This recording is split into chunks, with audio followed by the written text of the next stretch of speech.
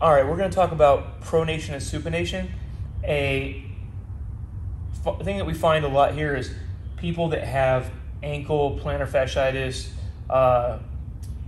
big toe issues, things like that, their feet don't properly pronate and supinate. And what I mean by that is as we walk, our foot has to pronate and then supinate, right? And that's just rolling in and out. Our feet aren't made to just be stiff. Our plantar fascia that you may hear plantar fasciitis is a elastic coil that helps propel us as we walk. So we're actually going to have Missy here do an exercise here that we're going to walk through more in a minute, but to show us what pronation and supination looks like. So as she leans forward, her arch is going to collapse. The arch collapsing is pronation. This is loading the arch. So then as she comes back, this is supination. The arch rises and now it unloads. So if you think about it, as you walk forward and you load into it, it's going to act as a spring to help propel you to your next step. If we don't have this mechanism working properly when we're walking, it can actually cause a lot of problems. But what we want to work on today is being able just to work on our pronation and supination. So if you're at home, first thing, bare feet, gotta have it. All right, to work on this. Second, be near a wall. Missy's holding onto the rack here. You gotta be able to hold on to something because we're not worried about balance on this. That may be some future drills, but right now I just want to work on getting that ankle to move. So from here, I want her to put, she's gonna have a good amount of weight on her back foot right now, but I need her to get what we call heel heavy. So she's gonna put a lot of weight on her heel, and she actually wants to keep it there, right? It's going to move, but we just don't want to have all the weight shift to the front of the foot.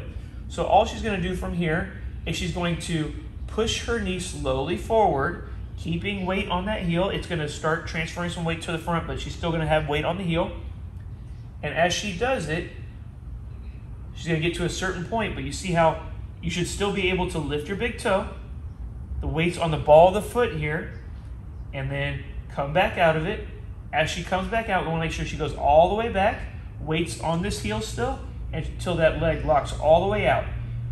Now, from the front, her foot, like so, if this is her big toe right here and this is her pinky, as she rolls in, the foot is going to roll to the big toe side. As you come back out of it and you supinate, it goes to the toe side.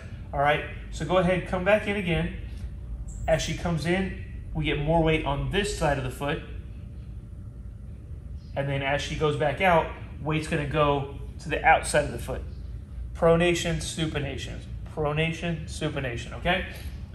Now, doing this is a great way, just this little thing right here, just going forward to get the arch to let it collapse and then back out is a great way to work on our ankle mobility. Because a lot of times people just don't have that ability to pronate and supinate. One thing that we have here, we have a little wedge. Now at home, you may use a little towel, maybe use a book, something like that. We're just gonna put this up underneath the ball of the foot because sometimes people don't have, I'm gonna move that a little bit out, there you go. Don't have enough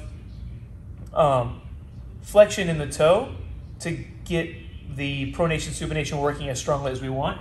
So now the toe becomes a little bit flexed, which puts a little bit more tension immediately on the arch of the foot. So now she's just gonna do the same thing and work on pushing that knee forward, and she's gonna get a little bit more collapsing, as you can see right now, because we have that toe flexed. And then as she comes out, the arch will actually go higher than what it was. Go ahead and do it again for us. Nice to control. Notice she's going slow. Definitely got to go slow to keep it under control. Then we're going to come back out. Now, one of the things we can do to enhance this and get more out of it is as she comes forward, she wants to open her hips.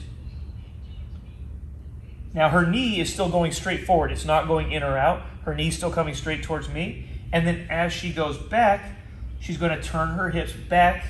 And as she gets close, she's actually going to turn her hips all the way in. That'll actually help promote more of the pronation and supination, all right? So now we're gonna come forward, we're gonna open the hips as we go, but we're driving that knee forward, and we're still feeling heavy on that heel. You should just feel the weight shift towards like the front of the heel instead of the back. When you go back, the weight will shift to the back of the heel. And again, you're just watching this arch collapse and raise, and now we're getting some really good pronation and supination. It's gonna really help free up her ankle, and it might help some things all the way up the chain, all the way into the hip, all right? So that's how we work on pronation and supination.